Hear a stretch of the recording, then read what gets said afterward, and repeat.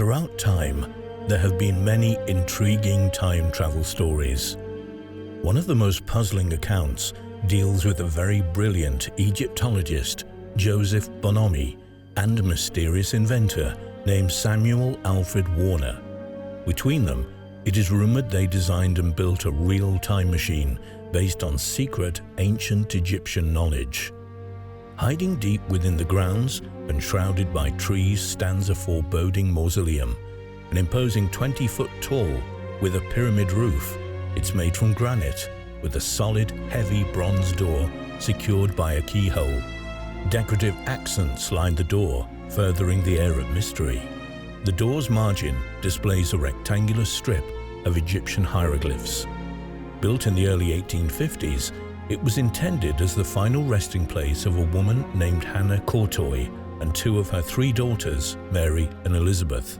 Very little is known about Hannah Courtois or about her three daughters, Elizabeth and Mary Ann, but for the last 150 years, they've been at eternal rest in a mausoleum at Brompton Cemetery, West London. During her lifetime, she'd amassed a fortune. Some said she'd been the mistress of kings, politicians, and rich, powerful men. No one knows who fathered her two daughters, but they died soon after their mother, and nobody knows how they died. More mysterious still is the mausoleum, standing 20 feet tall in the middle of Brompton Cemetery, and rumored to be a time machine. It is rumored that Bonomi designed Hannah's mausoleum, a theory given some credence by its pyramid-shaped peak and by the mysterious hieroglyphics inscribed on the walls of the tomb and on Bonomi's own headstone. The Victorians were fascinated with the idea of time travel, and some believed the pharaohs had discovered its secrets. Might Bonomi have learned the time travel trick during one of his expeditions to the pyramids? Gently opening the old iron gate of Brompton Cemetery is somewhat similar to breaking the spine of a book containing some secret London history. Well-known suffragist Emmeline Pankhurst was laid to rest here. Beatrix Potter also walked its many plots of land and penned names from gravestones to use in her work, these including decedents Peter Rabbit and Mr. Nutkins. In excess of 35,000 landmarks in all are available, rich and poor, known and forgotten. Hannah Courtois' tomb would be impressive for its imposing stature and cryptic veneer alone. It's the largest, most elaborate construction in all of Brompton Cemetery. But there's more to this story, much more, that it's secretly a time machine. London musician and Courtois historian Stephen Coates, the man behind some of the recent bizarre claims, states it's not a time machine, it's a teleportation chamber. In order to try and interpret the bizarre urban legend that's been constructed around Courtois' tomb, it helps to understand the complex and secretive life of the woman who ordered its construction. Born around 1784, Hannah Peters fled an abusive father at a young age and found work as a housekeeper and as a tavern employee. In 1800, a friend introduced her to John Courtois, a 70-year-old former wig maker in poor health who had made a fortune in the early banking business. Peters was shortly in his employ as a housekeeper. Within the year, she had given birth to the first of three daughters. She claimed they were indeed Courtois despite his age, although some suspected and made it known they believed that the friend who made the introduction, Francis Grosso, might have been the real father. John Courtois' illness is also ill-defined in historical accounts. Although it was rumoured he had a violent run-in with a street worker in 1795 that left Courtois, who had been attacked with a knife, reserved and antisocial. He fell in love with a young Hannah, who took his name and had considerable influence over many of his decisions. Courtois' 1810 will, which initially left most of his fortune to an ex-wife named Mary Ann Woolley and their 5 children, was changed in 1814, so Hannah received the majority of his wealth. Like many Victorians of the time, Hannah was intrigued by Egyptian iconography, particularly hieroglyphics. She believed the Egyptians had a deep understanding of astrology and of their place in the universe. and she invited Egyptologist Joseph Bonomi over to her home for regular visits. Bonomi and Hannah would spend hours discussing Egyptian law, with Hannah hoping to one day fund Bonomi's expeditions to Egypt so he could further their studies. When Hannah passed away in 1849, she was laid to rest in an expensive, elaborately designed mausoleum in Brompton that paid tribute to her interests. Bonomi arranged for the tomb to feature Egyptian characters and a pyramidal top. Later, Mary and Elizabeth, who never married for fear of losing their wealth to untrustworthy men, joined her. Susanna, her third daughter who married, was buried elsewhere. When Bonomi died in 1878, he arranged for a depiction of Courtois' tomb to appear on his own modest headstone. Whether Bonomi intended it or not, an illustration of Anubis, the Egyptian god of the dead, appears to be looking in the direction of his friend's final resting place. Things appeared to be normal at Brompton for the next 100 years or so. Then, around 1980, the key to the tomb was lost following a visit by Hannah's relatives, and that's when things took a turn for the weird. It was reporter Helen Smith who unsuspectingly wrote an article in 1998. That article may have been the first mainstream story to raise the theory that Courtois' tomb might actually be a time machine. She described the monument as a strange, imposing structure containing 3 spinsters about whom almost nothing is known, and cited an unheralded author named Howard Webster as perpetrator of the story. Webster claimed his research had excavated a connection between Bonomi and Samuel Alfred Warner, a maverick Victorian genius and fraudster said to have attempted to interest the British Armed Forces in several advanced weapons, too advanced, in fact, to actually exist. Webster thought that Warner's inventive genius may have led him to team up with Bonomi, who supposedly had knowledge of the Egyptian theories of time travel. Together, the two persuaded the wealthy, trusting Hannah to finance their secret project, with Bonomi providing ancient wisdom and Warner adding his breakthrough scientific resources. By strategically placing their device in a cemetery, Warner could guarantee the structure was unlikely to be disturbed over decades or centuries, allowing him to return to London after traveling through time again and again. The fact that the key was missing was pivotal to Webster's tale. Since it had been lost and no one had opened the mausoleum for years, could it be perhaps that Warner was busying himself in a manner similar to an occupant of the TARDIS, traveling from era to era, while Hannah and her family were either entombed or buried someplace else entirely? Webster also claimed that the blueprints for the tomb were missing, which was very unusual for monuments in Brompton. The story slowly gathered momentum over the years. In 2003, an album cover by musician Drew Mulholland illustrated Hannah's tomb and its mysterious construction. This too helped pique the public's interest. In 2011, Coates, a musician with a band named The Real Tuesday Weld, read about Hannah's alleged time machine and became intrigued. He wrote an article on his blog postulating that the Courtois tomb was not a means of time travel, but that Warner had the technology to teleport torpedoes, and that he later adopted the framework to develop a series of teleportation chambers in and around the Magnificent Seven, a group of London's historic private cemeteries. It was a way to move around the city, Coates says. Warner and Bonomi worked together on an ancient Egyptian occult theory and science. I posted that on my blog and it started to take on a life of its own, he said. Coates' premise is a proper study in how an urban legend can proliferate. With the key still missing, it was impossible to disprove the teleportation idea with any real precision, and the mythology allowed for a great deal of speculation. Why did the tomb take 4 years to complete following Hannah's death, which meant she didn't actually enter it until 1853? Was Hannah fooled by the two to fund what she believed would be a time machine? It can be difficult to corner Coates for a precise answer on whether he believes his fanciful hypothesis about the resting place of Hannah Courtois. When initially contacted by the Floss Online magazine for an interview, he agreed while mentioning that he came up with the whole teleportation system idea as the background to a short story. In conversation, he presents the teleportation springboard as a way for people to make up their own mind about what the tomb might contain. A breath or two later, he expresses doubt that Hannah's daughters might still be entombed there, before wondering whether the mausoleum might be home to a secret subterranean chamber. It's all alternative theory based on historical fact, he says. Opening it may not establish it's not a time machine, quotes Hedges. It may just deepen the mystery.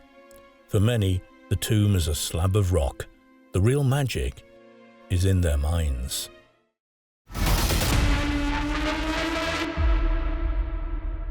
Were the ancient Hebrews visited by time-travelling men of the future, or were they mistaken? Was what they believed to be gods actually future spacemen?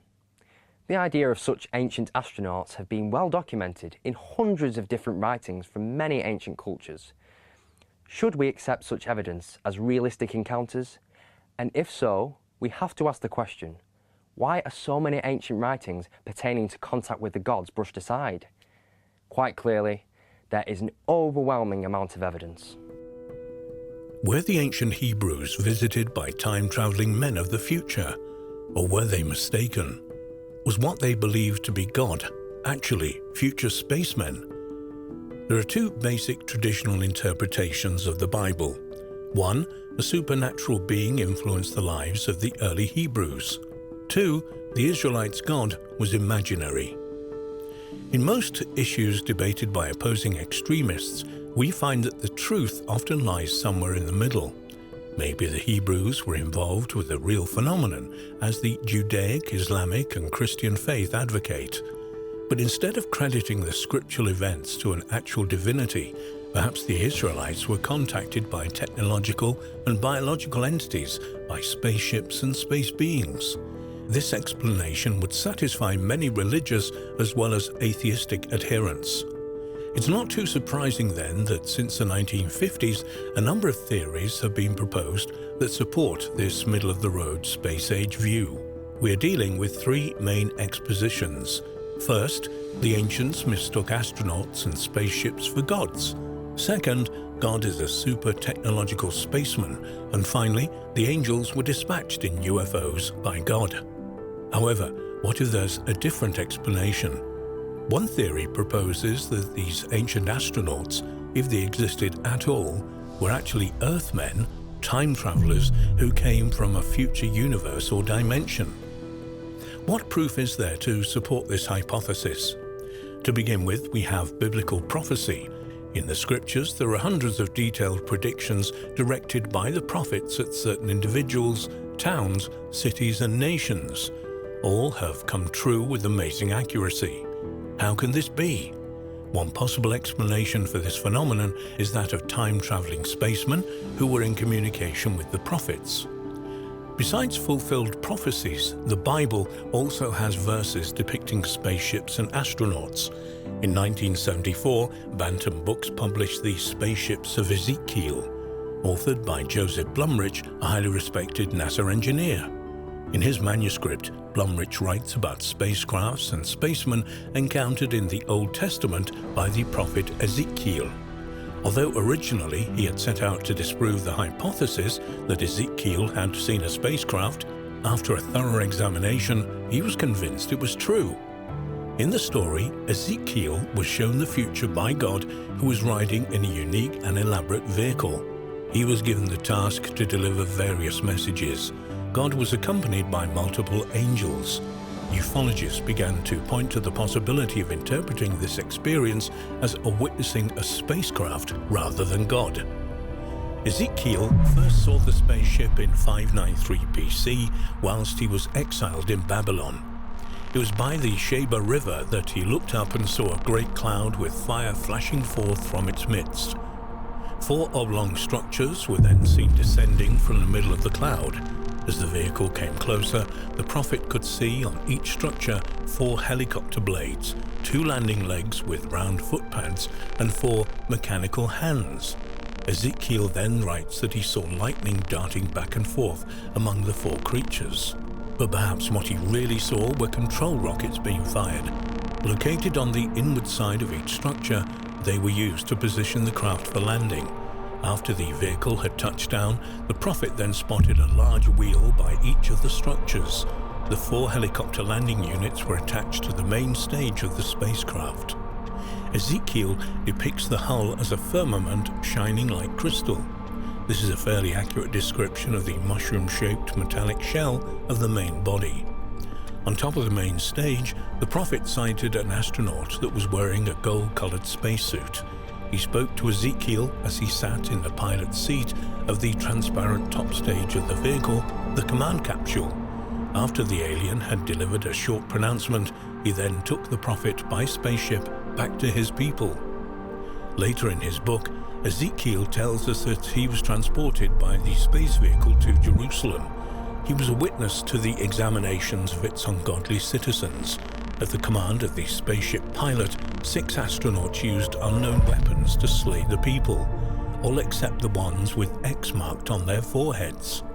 Ezekiel was also a bystander in another operation performed by the spacemen. First, the command capsule was separated from the main body and moved, with the use of its rocket engine, to a safe location. Then an astronaut clothed in a white protective suit was ordered to station himself by one of the helicopter structures. Next, one of the mechanical arms reached out and removed some fiery material from the inside of the main stage. This matter was transferred into the hands of the spaceman with the protective suit. He took the mass, which was probably contaminated, and went out of the area, possibly to bury it. In the final step, the command capsule was returned to and recoupled to the top of the main configuration. In regards to the astronauts, in all biblical depictions, they were always portrayed as human beings. Accordingly, the space visitors must have been future Earthmen. The odds against alien beings having a close resemblance to Earth people would be astronomical. As for these spaceships, Blumrich believes that they were manufactured by a low space technology not far ahead of ours. If we take into account the distances between the stars and the overwhelming technological difficulties of interstellar travel, it seems highly unlikely that this hypothetical mothership of biblical vehicles would have been capable of propelling itself to Earth from another star system in our universe. Therefore, the spaceships must have come from a nearby planet in another universe. We can rule out an alien extra-dimensional world, as there is only a slight chance that it would have parallel geological, biological, and technological development. This leaves one remaining possibility: the vehicles originated on an identical Earth existing at a time period in the immediate future. Is there any evidence for this conclusion? We know that the biblical spacecrafts had 2 separately powered stages, like the American lunar modules, and that they were identified by the United States Space Engineer. Also, a crude model of the biblical craft has undergone successful testing at NASA's Langley Research Center, and Mr. Blumrich has secured a patent for the wheel system on the spaceship. These facts favor the theory that the space vehicles came from a future Earth, from our future. Surprisingly, this is not the only case in the Bible that can be interpreted as possible time travelers. Although Ezekiel is the most famous and well-known account, other writers, including John and Daniel, wrote accounts of angels that could be interpreted as time travelers. Some ufologists believe that Bible messengers that were perceived as angels are actually human time travelers who have come to warn the world. Due to their limited understanding, the writers misinterpreted these experiences. Furthermore, cultural and religious bias at the time encouraged writers to fit their accounts into their own preconceived ideas of God and angels. Over time, through translations, any ideas on time travel was lost, and accounts simply became the word of God. If the angels really were time travelers from the future, what did they have to say? When researching these ancient accounts, it appears 4 different types of incidents were told: stories of historical wars, astronomical events, the discovery of codes in the Bible, and even of time travel encounters. Did these time travelers provide any other knowledge? In addition, There is the ancient Hebrew health code. Did time travelers gift Hebrew communities with their knowledge to help create healthier and more sanitary conditions? When thinking back to the past, specifically before the 19th century, it's expected that unsanitary conditions were commonplace. But curiously, this was not the case in the early Hebrew community. Medical officials were surprised to discover that the Israelites had reasonably modern health laws pertaining to body issues, leprosy, and circumcision, amongst other things. As modern medical science knows, many harmful bacteria can be transmitted by body discharges. In the past, knowing of this was lacking. Despite this, the Hebrews had many comprehensive regulations when dealing with this subject. For example, a person must have easement outside camp and the excreta had to be buried. Individuals who came into contact with pathological discharges or other issues were considered unclean and were ordered to wash themselves and their clothes. Similar orders were also given with other conditions. When a person was found to have leprosy, they were expelled from the community. Once their quarantine ended, the infected person washed their body and garments, the scalp was shaved, and antiseptic was administered. Furthermore, all males were commanded to be circumcised on the 8th day of life. Why the 8th day? The probable reason for this condition is that vitamin K, a clotting element, is not manufactured in the proper amount until the 5th, 6th or 7th day. Since circumcision causes bleeding, it would make good sense to wait until the 8th day. How would the Hebrews have known to do all of these things? How would they have known to disinfect, or known to wait until the 8th day? Although it is possible that all these health laws were given to the Hebrews by alien spacemen, it's more probable that they came from future Earthmen. Time travelers would be fully acquainted with our complex life forms, as well as the languages spoken on this planet. With more advanced knowledge from their own time, they could aid the Hebrews with creating more sanitary conditions. This may explain why the Hebrews appeared to have knowledge ahead of their time. Did these ancient spacemen exist at all? Were they mistaken as God? Or were they actually of a completely different origin? From fulfilled prophecies to advanced health laws, could this really mean that these ancient spacemen were actually Earthlings from the future?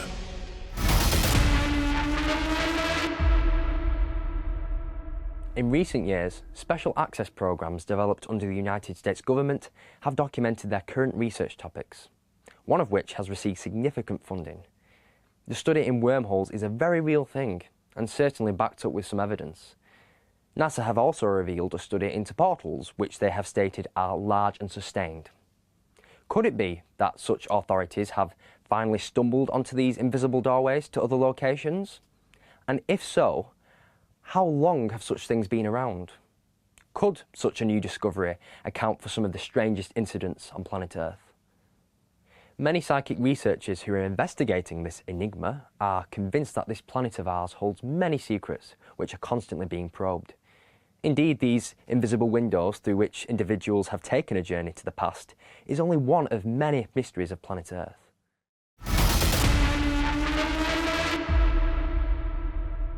Ursula Sundial, better known as Mother Shipton, was a 14th century English prophet and visionary who, in her lifetime, foretold of many great things that were to come, things that no one could have ever known unless they truly had been given a glimpse into the future. But how did this prophet receive these amazing revelations? Was she chosen by a higher intelligence to share truths from the future? Or was she part of a great plan that had been repeating throughout history? There have been many prophets throughout history, biblical prophets, Moses and Ezekiel, to Nostradamus, considered by some as the greatest prophet. But what of Ursula Sundial? Many of Ursula's prophecies and visions did not become known to the world until the year of 1681, over 80 years after her death. Yet, ever since that time, the wisdom contained in her words has continued to intrigue all who have read them.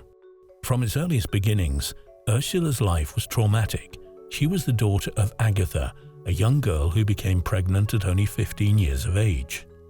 It is said that when Agatha refused to tell who the father of her baby was, she was treated as an outcast, and forced to live in a cave on the outskirts of Knaresborough, England. It was in the darkness of that cave, below Knaresborough Castle, that Ursula's life began. On a night filled with thunder and lightning in 1488, Agatha gave birth to a little girl who would one day give the world prophecies of the future, revelations that still shock and amaze. The woman who delivered Ursula into the world spoke of a smell of sulphur and of hearing a great crack of thunder as the child was born. The little that is known about Ursula's early life describes a child who had to walk with a stick because her back was bent and her legs were bowed and twisted. Yet these afflictions did not deter Ursula Sonthile, and from her earliest beginnings, people realized that she was different in more ways than just her appearance. At the age of 24, Ursula married a carpenter from York called Tobias Shipton, but her husband died 2 years later, leaving her alone and without any means of support. After the death of her husband, Ursula went back to live in the cave where she was born. She survived by telling fortunes and giving visions of things to come. Ursula did not become known as Mother Shipton until the latter part of her life. By that time, her gift of visions and prophecies were known throughout the land. Even Henry VIII, King of England, sent messages from London to hear her prophecies. Mother Shipton told the world many things in her lifetime, things that would later come true with frightening accuracy. She foretold the horrors of the Black Death of 1665 and the Great Fire of London in 1666, prophecies that did not come to pass until long after her death in 1561. Many of Mother Shipton's prophecies were spoken in a series of rhymed couplets, poetic verse that vividly describes monumental moments in history. Great minds have studied the words she left behind, interpreting the meanings of the woman who truly did see the future. Many of the lines from her poetic prophecies reflect the world in which we live today. She was no doubt speaking about things of the modern world. However, Mother Shipton described them hundreds of years before they ever existed. Her words are now a word in uncouth rhyme of what shall be in future time. Future time? How more direct could Mother Shipton have been? And what would the world have looked like through the eyes of someone who lived hundreds of years before us, unless they fully understood what they were seeing? Do we just accept that everything was coincidence? Or should we ask how she knew that one day people all over the world would drive cars and travel through the sky in vehicles? Could she have been a time traveler, a walk-in, or even an alien being placed upon the earth to sow the seeds of the future? Her words, "A carriage without horse will go, disaster fill the world with woe," tells of something unimaginable to the people of her time, but was Mother Shipton referring to a motor vehicle when she wrote that first line? "Through towering hills proud men shall ride, no horse or ass move by his side." It's amazing how clear the message seems to be to anyone reading it now. But how could she have known? The truth is, she couldn't have known unless the visions were planted in her mind by a higher intelligence, or Mother Shipton and other great prophets throughout history really were visitors from the future. It was something no one could have ever known about unless they had seen such things. And the only words she could use to describe what she saw in the vision were the simple words spoken by the people of that time. To have said anything more would have been beyond their understanding. Yet, Mother Shipton's prophecies clearly tell people of the future exactly what she was saying. To have seen the things she describes hundreds of years before they existed must have been like viewing magic, unless the prophets were part of a great plan to educate humanity of things to come. Does her rhyme of future time go on to reveal the knowledge of the internet? Around the world men's thoughts will fly, quick as the twinkling of an eye.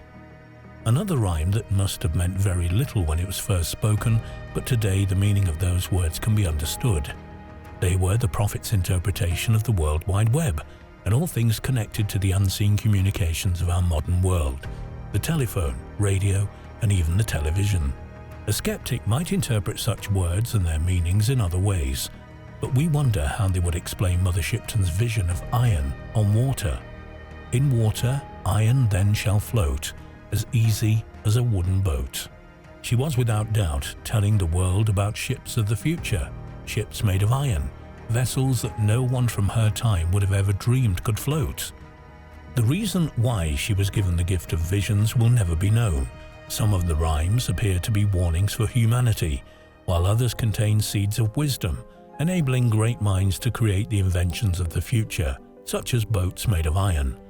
The prophet who lived in the darkness of a cave spoke of things that could not have existed anywhere else, except in the modern age: machinery, agriculture, and man's ability to master the oceans and the air. Her words, "and roaring monsters with a man atop, does seem to eat a verdant crop, and men shall fly as birds do now, and give away the horse and plough." What had she seen, and what was she trying to tell us? A roaring monster with a man atop? If that line was said alone, it would not make sense to anyone. What else could she have been describing but a combine harvester? "And men shall fly as birds do now, and give away the horse and plough." Was she foretelling the invention of aircraft, our ability to move from the land into the air, and the expansion of civilizations as we know it today? The last of Mother Shipton's prophecies are perhaps the most chilling, not least because she tells of catastrophic events, some that have already come to pass, momentous events that are documented in history. Her words, "In 1926, build houses light of straw and sticks, for then shall mighty wars be planned, and fire and swords shall sweep the land." Were we being given a horrifying glimpse of the coming of war? The vision continues with more vivid descriptions of foretelling doom when she says, "When pictures seem alive with movements free, when boats like fishes swim beneath the sea, when men like birds shall scour the sky, then half the world, deep drenched in blood, shall die." Did she foresee the end of humankind, or were her words the beginning of that end, and all part of the grand design? Great minds have pored over the prophecies of Mother Shipton and their potential meanings. What could we learn when she says, "When north shall thus divide the south, and eagle build in lion's mouth"? Upon reading those two lines, we immediately think of the words spoken by the great prophet Alaskan when he foretold of his vision of God. "As for the likeness of their faces, each had the face of a man. Each of the four had the face of a lion on the right side, each of the four had the face of an ox on the left side, and each of the four had the face of an eagle. Thus were their faces." Both of these great prophets were trying to describe something that came from the future. Perhaps they had encounters with extraterrestrials, or they were themselves advanced beings and knew much more than they could ever have told the world. Clearly something beyond our understanding was influencing them. Mother Shipton left us so much to think about, only using the tools that she had at her disposal, words from the past. But those words were not by a wordsmith whose sole invention was to deceive. To avoid being accused of witchcraft, Mother Shipton foretold her visions of future time in poetic rhyme. To have delivered her prophecies in any other way would have sealed her fate. In 1559, 2 years before she died, Mother Shipton left her most chilling warnings to mankind when she wrote, "For storms will rage and oceans roar when Gabriel stands on sea and shore, and as he blows his wondrous horn, old worlds die and new be born." Will this become the most telling, unfulfilled prophecy ever known to man? Was Mother Shipton describing the events written in Revelations, the last trumpet sounding the end of humanity and the birth of a new world? The Archangel Gabriel is known as the Angel of Revelation. It's possible that beings from the heavens were giving her visions, and that they were the same beings that Alaskan saw in his vision of God. It appears all the great prophets and visionaries throughout history may have advanced mankind. After all, people like Nikola Tesla also claim to have been given inspiration in his inventions. But in regards to much prophesied end times, is anyone today still listening?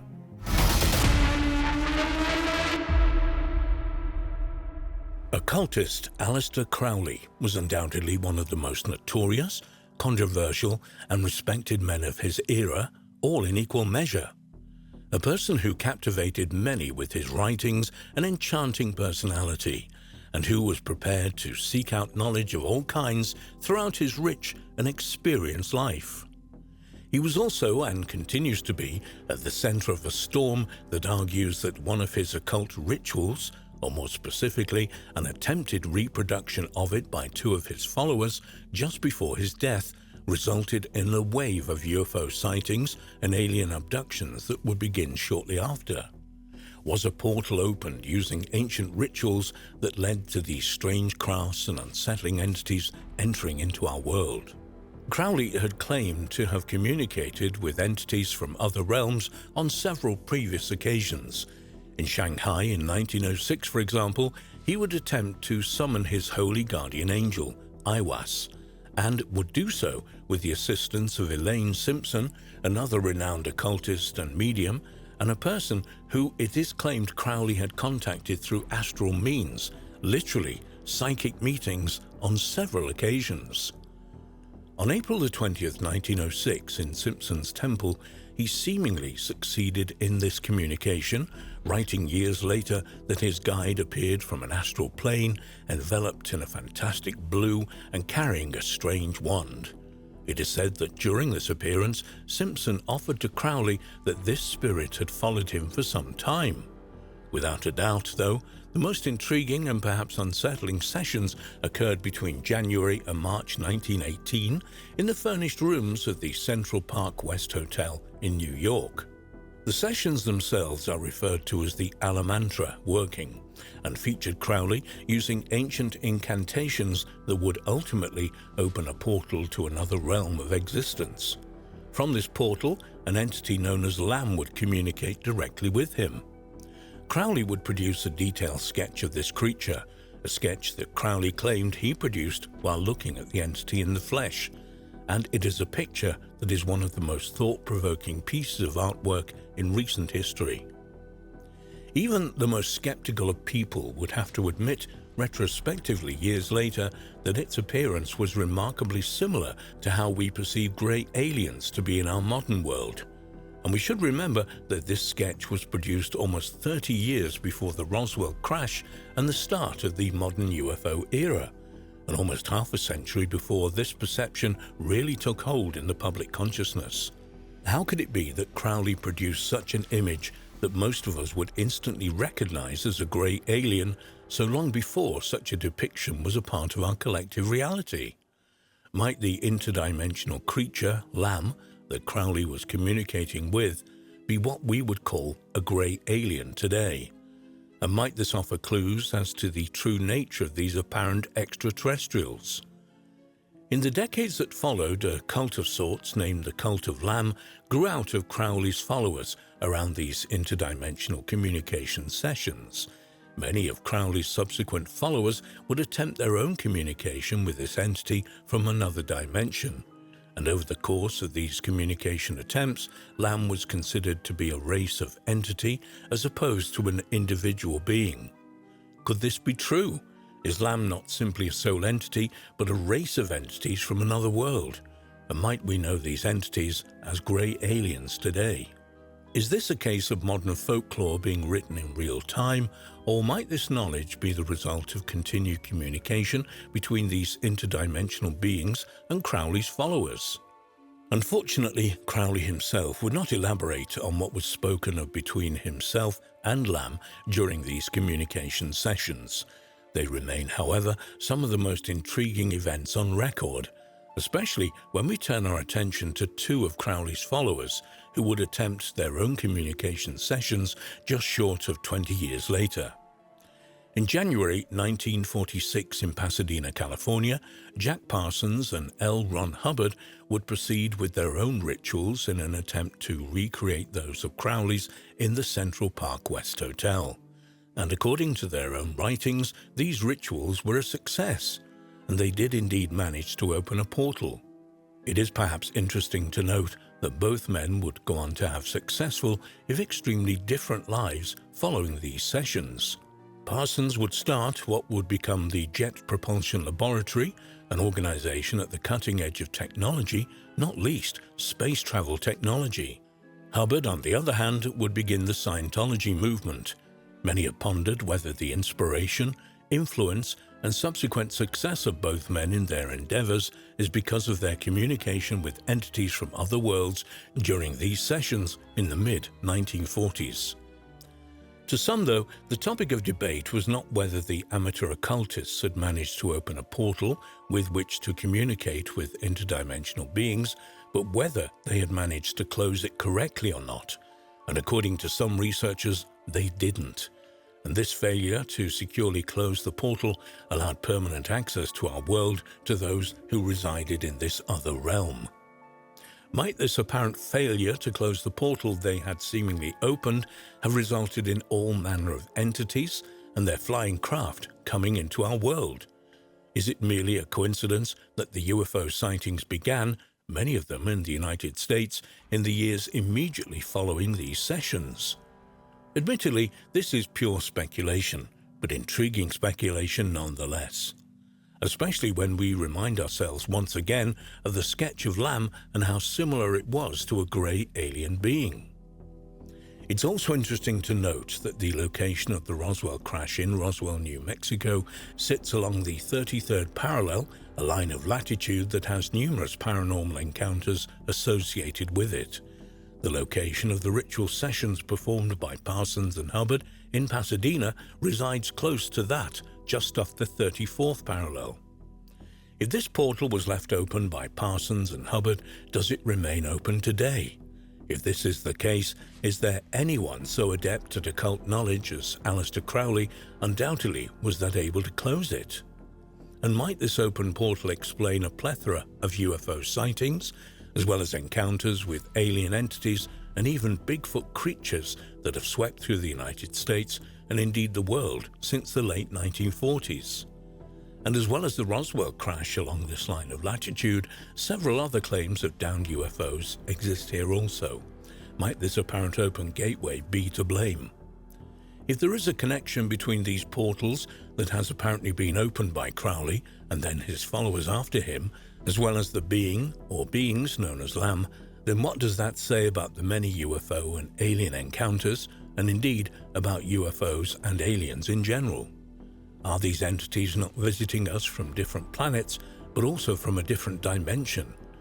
One only those adept in occultism know how to access. And might what we perceive as extraterrestrials from another world actually be entities from another dimension, one that runs alongside our own in ways that we are yet to fully understand? Taking these thoughts a stage further, where might the alien abduction phenomena fit into all of this?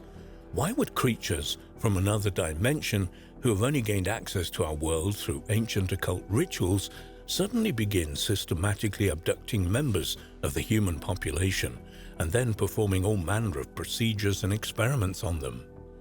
Might we consider that these interdimensional creatures require a physical body to exist in our world, much like many ancient writings state about such entity as the Watchers or other angels? And might the proposed hybridization theories put forward by some researchers not be one of a human-alien combination, but a human interdimensional being one? And could their presence on Earth go back decades, only now they have regained access to our world from a realm they were banished to thousands of years ago? As preposterous as it might seem to many, there is little reason to doubt the authenticity of Crowley's claims and accounts. For all his sensationalism, the very fact he refused to speak widely of the communication sessions in that New York hotel room should perhaps alert us to the fact that something very profound and possibly life-changing was relayed to the occultist during the opening months of 1918. Indeed, those rituals, and perhaps more specifically, the attempts to replicate them by Crowley's followers, might very well prove to be life-changing for all of us.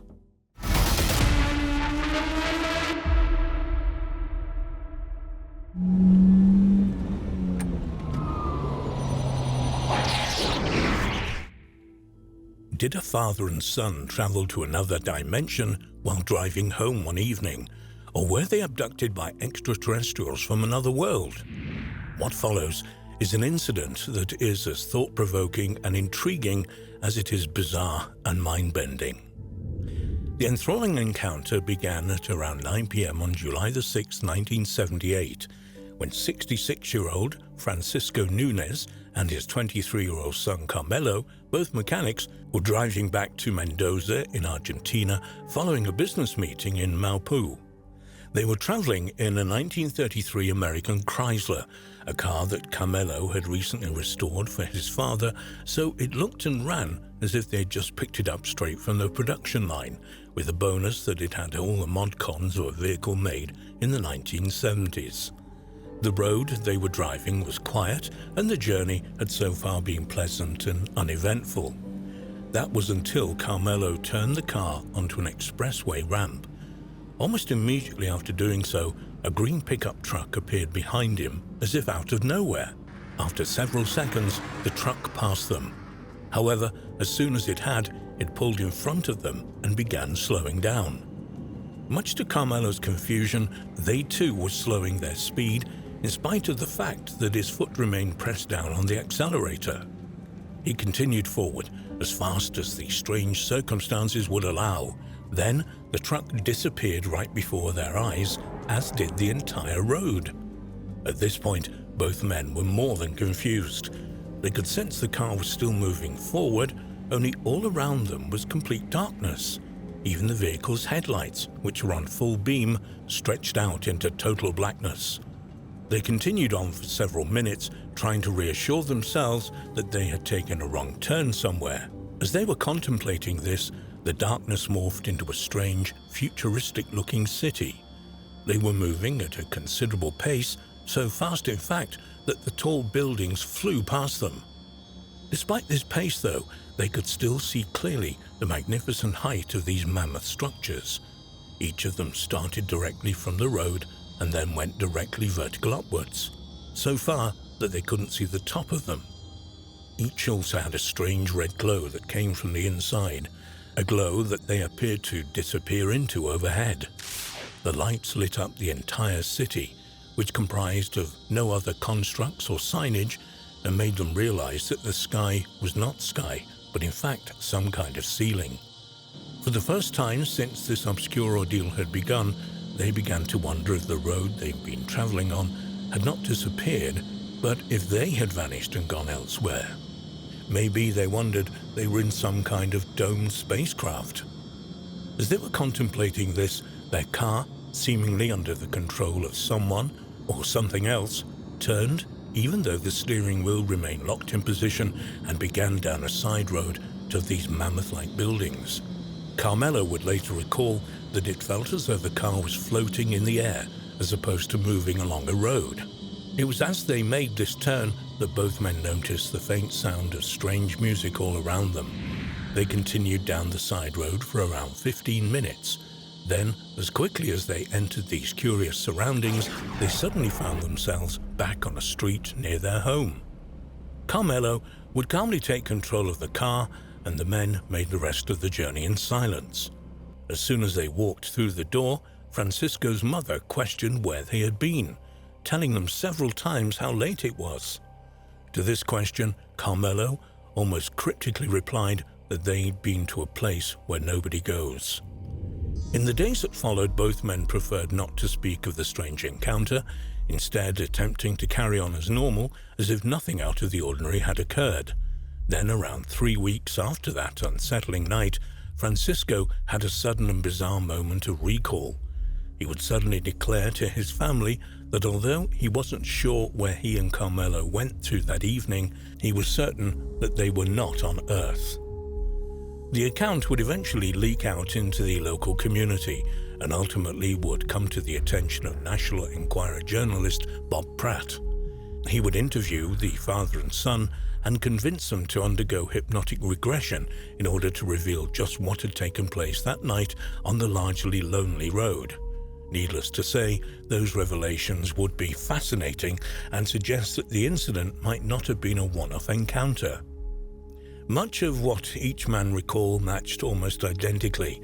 They each recalled being in a strange dark tunnel that appeared very similar to an underground parking garage, before eventually emerging into the Red City with tall buildings all around them. Neither of them had recalled this apparent tunnel network previously. There were also other memories, and their recall of the city sparked into them, Carmelo, for example, suddenly had the revelation that he and both of his parents had seen two UFOs hovering over their home several months previously. Might this suggest not just Carmelo, but his parents had been victims of alien abduction before? In fact, each of the men began to reveal just such an encounter, but then abruptly stopped, almost as if they were forbidden from speaking of it. This is a detail that often comes up in regression sessions concerning alien abduction, as if some kind of mental control or block has been placed in a person's mind. What lends the claims of Francisco and Carmelo Nunez even more credible are seemingly corroborating sightings of strange aerial objects on the night of the encounter. Such two witnesses were 48-year-old Gilberto Caballero and 35-year-old Marcus Palmer. They claimed that on the morning of the encounter, they each witnessed what appeared to be a fleet of UFOs moving across the skies. They estimated these mysterious craft must have been at a relatively low altitude as they were moving in and out of the pylons in the area. What's more, they were not the only witnesses to the objects, claiming that around 50 other motorists and residents also saw them. Palmer would describe these futuristic vehicles as being round and extremely bright, elaborating that they moved in a bizarre figure-8 pattern. He would estimate there were approximately 30 of these curious craft and that they appeared to be around the size of a small car. In total, this otherworldly fleet remained in sight for around half an hour before disappearing from view. Caballero would offer much the same as his friend, although he would recall something even more intriguing. In the distance, sometimes obscured by the cloud, was a much larger object that was simply hovering there, completely motionless and silent. The media would focus their attention on the incident, so much so that Mendoza police felt the need to issue various official and unofficial comments. They offered that although they didn't investigate UFO sightings, there was concern for the public due to the sheer number of reports around the same time Francisco and Carmelo had their encounter.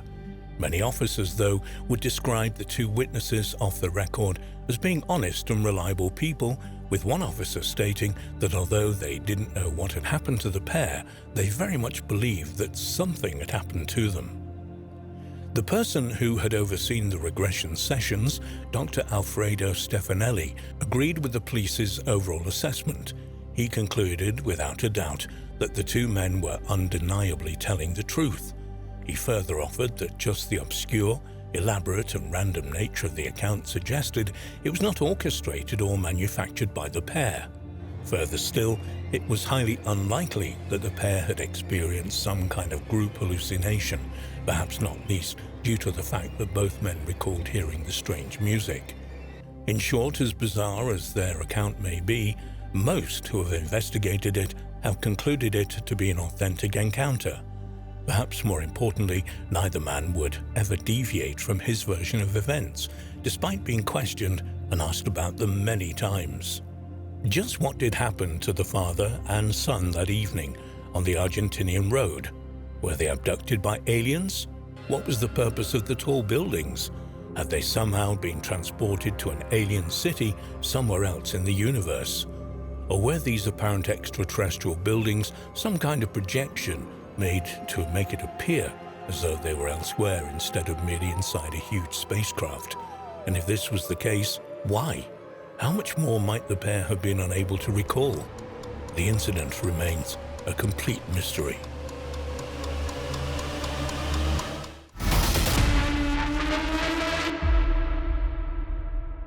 The Alaskan Triangle is one of the most mysterious stretches of land on the planet. Home to numerous paranormal encounters, including sightings of UFOs and strange beasts, it's also a place where multiple people have simply vanished into thin air.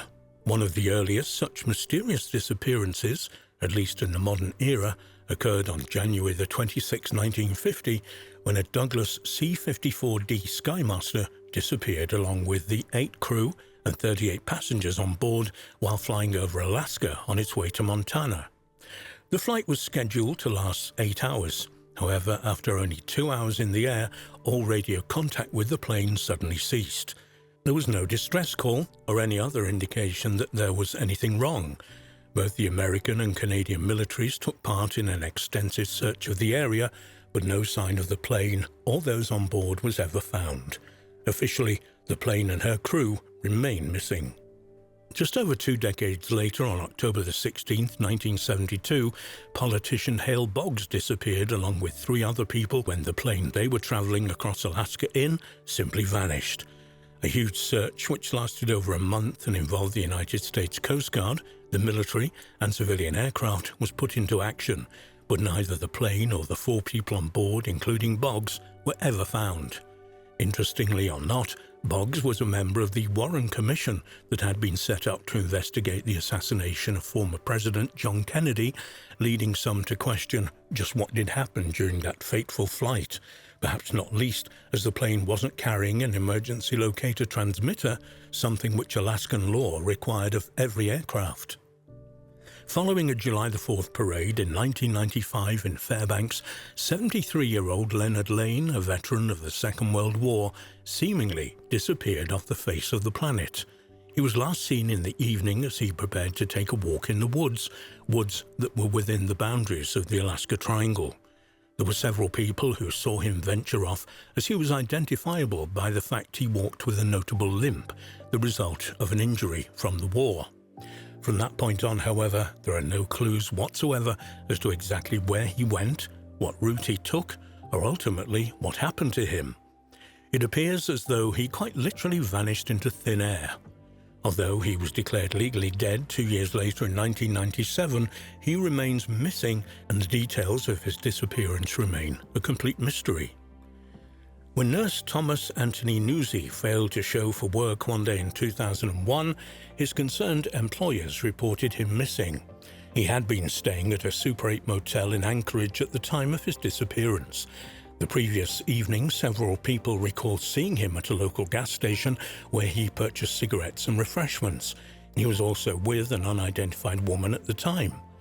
The case took a rather ominous turn, however, when staff at the motel also reported seeing the woman in Nuzzi's room on the night he disappeared, although she appeared to be with another man at the time, whose identity also remains unknown.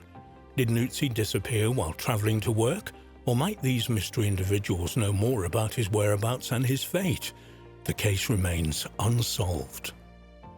5 years later, in the summer of 2006, near the small town of McCarthy, near the St. Elias National Park, Richard Lyman Griffiths ventured into the wilderness of the Alaskan Triangle and was never seen again. He was, most people assumed, performing tests on his invention, a wilderness survival cocoon. However, after several months had gone by, search efforts got underway to locate him. Authorities did manage to track his initial movements. It appeared he had taken a bus along the Alaska Highway before departing and checking into a small lodge near the White River. It's from here where he traveled to McCarthy on a camping vacation before venturing off into the hills with his survival cocoon. No signs of Richard Griffiths or the equipment he took with him have ever been located. The disappearance of 65-year-old Paul Michael Lemaitre is particularly intriguing, given that he was competing in a marathon with many people around him at the time of his perplexing departure. The last reported sighting of him was around 200 feet from the finish line of the race, when a race steward saw him and asked his race number. Lemaitre responded, which demonstrated that he was of sound mind and aware following the grueling task. However, when he failed to show at the finish line, race organizers and local authorities immediately set out searching for him. There was, though, no sign of the missing runner whatsoever, and even trained police search dogs could offer no clues as to which way he might have gone. Experienced pilot Alan Foster remains missing after disappearing on the afternoon of September the 9th, 2013, while flying his Piper PA aircraft over the Alaska Triangle. The flight appeared to be uneventful to begin with. However, around 20 minutes after refueling at Yakutat, the control tower noted that he had suddenly descended to just over 1,000 feet. A short time later, all communications ceased. Despite searches taking place almost immediately, there was no sign of the aircraft or Alan Foster, leaving all involved particularly perplexed. Foster was an experienced pilot with almost 10,000 of flight time under his belt. Had he been in trouble, he would have reported it to the tower, but no such reports were issued, and it was thought he and his plane were there 1 minute and gone the next. Just over a year later, on October the 11th, 2014, Yaltiara Hamblin was reported missing by her concerned roommate in Anchorage, and when investigators put together her last known movements, things didn't look at all hopeful. The previous evening, Jal had dinner with her roommate, Kendra Estrada. By the time they had eaten, it was almost 10 p.m. and Kendra went to bed. Jal, on the other hand, claimed she was headed out to the Trailside Loop area. It came to light that she could have met up with an unnamed man who she had recently arranged a date with following the breakdown of her relationship with her boyfriend. When Kendra called her roommate the following morning, several times without the phone being answered, she notified the authorities. Her disappearance remains completely unexplained.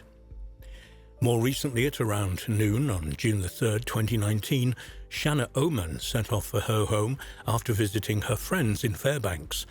Her friend had driven her to the Nico River, which was a short distance from her house.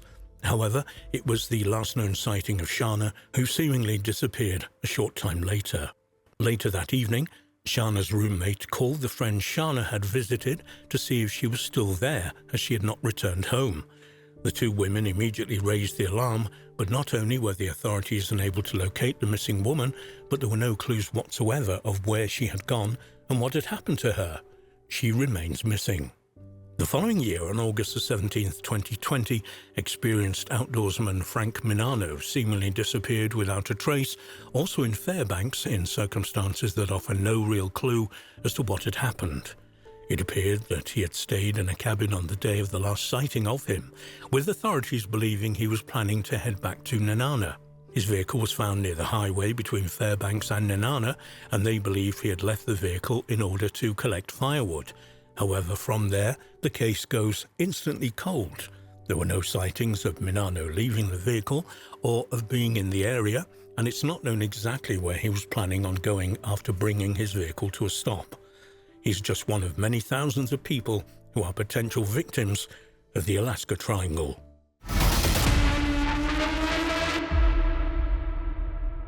Beginning in October 1939, the residents of Provincetown, Massachusetts, began hearing of bizarre and unsettling encounters experienced by the children of the town.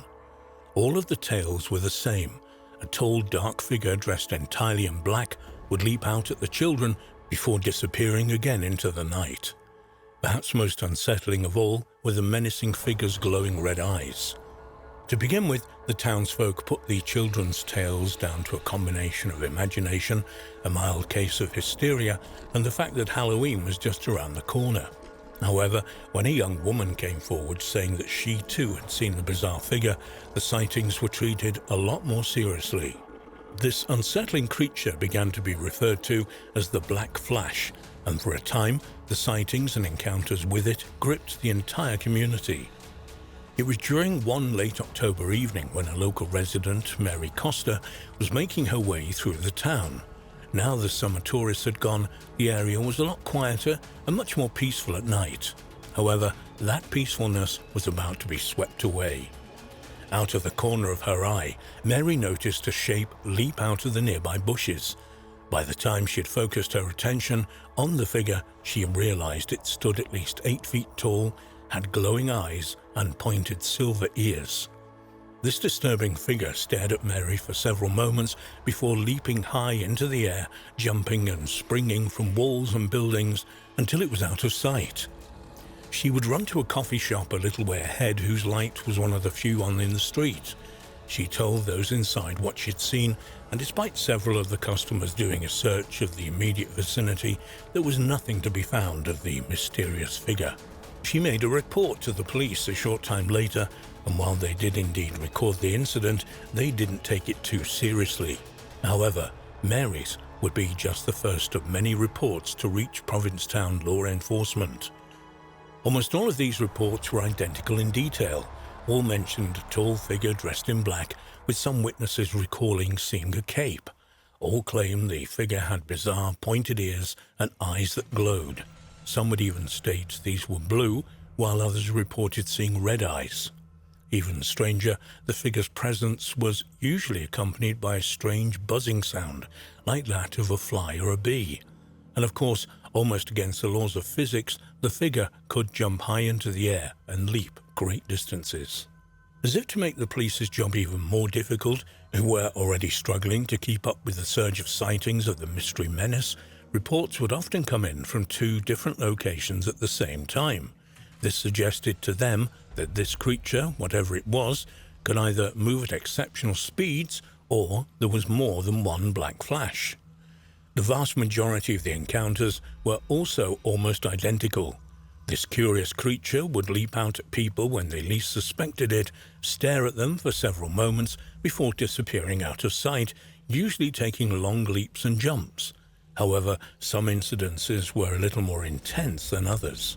For example, one witness, Charles Farley, claimed to have fired his gun at the obscure creature, and what's more, he stated that he'd hit it. However, rather than fall to the floor, the figure simply laughed and then leapt over a particularly high fence and disappeared. Another witness, who remained anonymous, claimed that he was backed into a corner by the figure and so had no option but to throw a punch at it. When he did, though, the tall brute caught his fist in midair before crushing it in its grip, forcing the witness to the ground in pain. Before it disappeared, the witness saw bizarre blue flames coming out of its mouth. In fact, this detail about the blue flames emerging from the figure's mouth is particularly intriguing. It's hard to examine these enthralling, if strange, tales of the Black Flash of Provincetown without looking at the similarities to Spring-Heeled Jack, an almost identical assailant who terrified Victorian England for much of the 19th century. Aside from similarities in dress, Spring-Heeled Jack, as his moniker would suggest, had the ability to leap over tall walls and even buildings. What's more, many witnesses claim to have seen blue flames emerge from his mouth. Were these two creatures, separated by location and time, one and the same? Or might they perhaps be two different people but connected by the same secret technology? And if so, where is the technology now?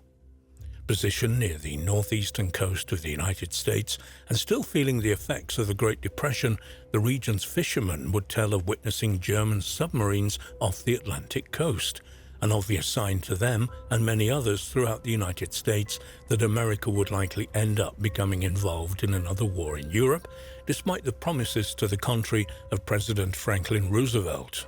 In the opening weeks of 1939, in the Wood End region of Provincetown, a bizarre sea monster would wash up on the shore. Rumours circled that this was the legendary sea beast that had been sighted by George Reedy almost half a century earlier in 1886, although it was later discovered to be nothing more but a decomposing basking shark. However, as bizarre as it might sound, it would seem these incidents almost set a subconscious tone throughout Provincetown for the final year of the 1930s, and this shows in the most bizarre ways.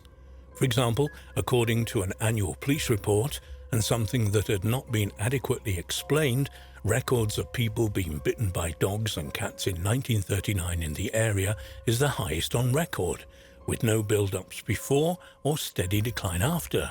Simply a spike in these attacks on people by otherwise friendly pets. Even more concerning, and again with no obvious reason why, a sudden surge of arson attacks plagued the town throughout the month of September, just before the sightings of the Black Flash began. While many consider the Black Flash sightings unexplained and unresolved, the Chief of Police, Anthony Tavers, believed he knew who was behind the encounters. According to his investigation, the Black Flash was actually the work of 4 local teenage boys whose reason was nothing more than to pull a prank on the general public. He claimed the 4 boys would split into 2 pairs and then, having one stand on the other, and disguise themselves as being around 8 foot tall. What's more, he claimed to have discovered the identity of one of the boys involved, and although he didn't name the person, he claimed in a public police statement that he would be speaking to the boy concerned and his family. Whether he did so or not remains unknown, but shortly after this public statement, the Black Flash sightings stopped. To some, though, regardless of the reasons why the sightings ceased, Tavers' explanation simply didn't hold water. even assuming that the boys did manage to give the impression that they were an 8-foot-tall adult figure by simply standing on each other's shoulders. How were they able to execute such mammoth leaps, as reported by multiple people around the town? What's more, how could they withstand a bullet from close range, and how did they summon the strength to almost crush a grown man's hand? It's also important to mention that according to some researchers, the sightings didn't cease after only a few weeks in 1939, but continued, albeit sporadically, until late 1945, after the end of the Second World War.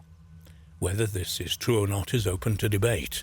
Might it be the case that Tarvers simply wanted to give the impression that the sightings had stopped before the town descended into hysteria? And if this was the case, were sightings largely suppressed as much as possible following this? And just who or what was the Black Flash of Provincetown?